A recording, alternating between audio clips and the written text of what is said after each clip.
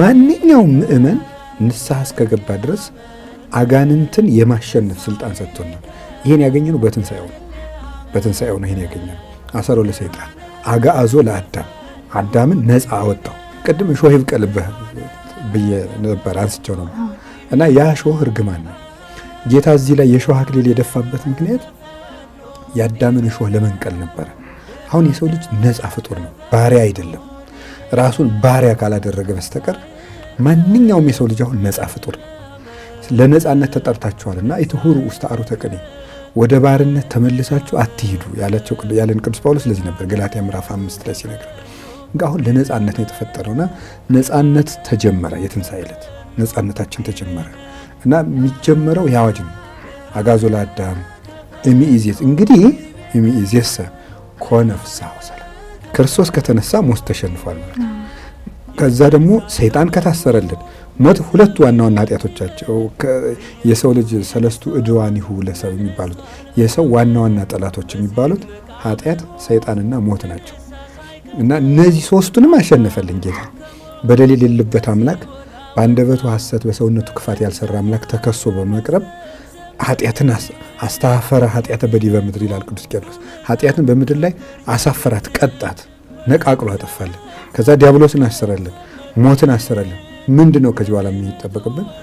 እንደዚህ ከሆነ እምይእዜሰ እንግዲያስ ከዚህ በኋላ ኮነ ፍስሐ ወሰላም ይኩን ፍስሐ ወሰላም ተድላ ደስታ ይሁን ብላ ቤተክርስቲያን ይህንን ታውጃለች።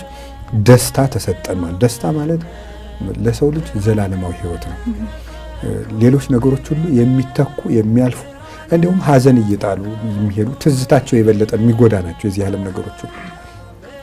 ዛሬ የተደሰትንበት ነገር ነገ እያሳወስ ነው እምናዝንበት፣ ወይ የሚያሳፍረን በመሆኑ እናዝንበታለን፣ ወይ ደግሞ አሁን ማግኘት ስላልቻለን እናዝንበታለን። ዘላለማዊ ሕይወት ግን ሁልጊዜ የምንደሰትበት ነውና ይህን ደስታ ያገኘነው በትንሣኤው ነው። ከዚያ በኋላ ቤተክርስቲያን ምን ታደርጋለች? 5ቱን ቀናት ሁሉ ዕለት ሰይማ ታከብራቸዋለች። ሰኞን ፋሲካ ትላለች። ፋሲካ ማለት መሻገር ማለት ነው። ስለዚህ እኛን ከሞት ወደ ሕይወት ክርስቶስ አሻገረን። ረጅም ታሪክ አለው እሱ ራሱን የቻለ ነው። በሌላ ጊዜ የምናየው ይሆናል። መሻገር ነው። ጌታ አሻገረ። ልክ እስራኤል ከግብፅ ወደ እስራኤል እንደተሻገሩ እኛን ከሞት ወደ ሕይወት ማንነታችን ሁሉ ወደ አዲስ ፍጥረት አሻግሮታል እና ከዚያ በኋላ ማክሰኞን ቶማስ፣ ረቡዕን አልዓዛር፣ ሐሙስን አዳም ሐሙስ፣ አርብን ቤተክርስቲያን መሰረተ። ለቶማስ ትንሣኤውን አስረዳ። አልዓዛርን ያስነሳው አምላክ ተነሳ፣ ለቶማስ ትንሣኤውን ገለጠ። አርብ ቤተክርስቲያንን የመሰረተ አምላክ በደሙ ተነሳ። ቅዳሜ ቅዱሳት አንስት ይባላል። የክርስቶስን ትንሣኤ ያዩ ሴቶች ሁሉ መታሰቢያ ነው የምትመጣው ቅዳሜ እና ያችን ሁሉ አደረገ። ለምንድን ነው? በደል ሲመጣ የመጣው በሴት በኩል ነው፣ ሔዋን ናት እና ጌታችን መድኃኒታችን ኢየሱስ ክርስቶስ በሴት የመጣውን ዕዳ በሴት ነው ያስወገደው። ያችም ድንግል ማርያም ናት። ትንሣኤውን መጀመሪያ ለሴቶች የገለጠበት ምክንያት ያ ነበር። ዲያብሎስ ሴትን ንቆ ነበር የሚኖረው።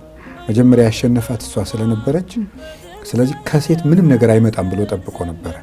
እግዚአብሔር ደግሞ ባልጠበቃት በናቃት ሴት በኩል ትንሣኤ ከእሷ እንዲወለድ አደረገ ከቅድስት ድንግል ማርያም። ስለዚህ ቅድም በጆሮአችን ዕዳ ገብቶ ነበር እንዳልኩሽ፣ በጆሮአችን በሔዋን ጆሮ ማለት ነው የመጣውን እርግማን አሁን በሴቶች በእናታችን በድንግል ማርያም ደስ ይበልሽ ተብሎ ተጀመረና አሁንም የትንሣኤውንም ደስታ በሴቶቹ ጆሮ በኩል ለሐዋርያት ላከ ማለት ነው። እንዲህ አድርጎ አሁን እግዚአብሔር ባህርየ ሰብን በሙሉ ወይም የሰውን ባህሪ ሁሉ ወንድንም ሴትንም አከበረ ማለት ነው እና እንደው የዚህ ዓለም ፈላስፎች ወይም ፖለቲከኞች ስለ ሴት መብት ሳይቆሙ አሁንም እንደው ሴትነት የሚሉት ሰዎች ወይም ፌሚኒስት የሚባሉት ሰዎች ሴት ሳይሉ ሴትን ያከበረም ክርስቶስ ነው። በትንሣኤው በልደቱ ሴትን አክብሯል፣ በትንሣኤው አክብሯል። ቅድስት ቤተ ክርስቲያናችን ያለ ጾታ መለየት ያለ ምንም ለሁሉም ክብር የሰጠች ናት። ያን ያገኘችው የሕይወቱ ራስ ከሚሆነው ከክርስቶስ ነው እና በዚህ ቀን የሰው ልጅ ባህሪ ነው የከበረ። ወንድም ሴትም እኩል ሰው የሆነ ሁሉ የከበረበት ቀን ነው ማለት ነው እና ክብር የሚጀምረው እዚያ ነው። እግዚአብሔር እንደው ሴትን ቢንቅ ኑሮ ዛሬ ትንሣኤውን መጀመሪያ እንደው ለሌሎቹ በገለጠ ነበር። ምናልባት መጀመሪያ ስላገኛቸው ነው ከትንሣኤው ሊባል ይችላል። ግን ምን አይርቀው እሱ ገሊላም ሄዶ ለሐዋርያት መንገድ ይችል ነበር። አዎ ይሄ ረጅም ምስጢር ያለው ነው። እሱም ራሱ በጣም ሰፊ ጉዳይ ነው። ወደ ነገሩን ለማጥበብ ያክል የነሱንም ውለታ ለማስታወስ ነው። በእርግጥ እነዚያ ሴቶች የራሳቸውን ለክርስቶስ ልዩ ፍቅር አሳይተዋል። ያንንም ዋጋ ለመስጠት ነው።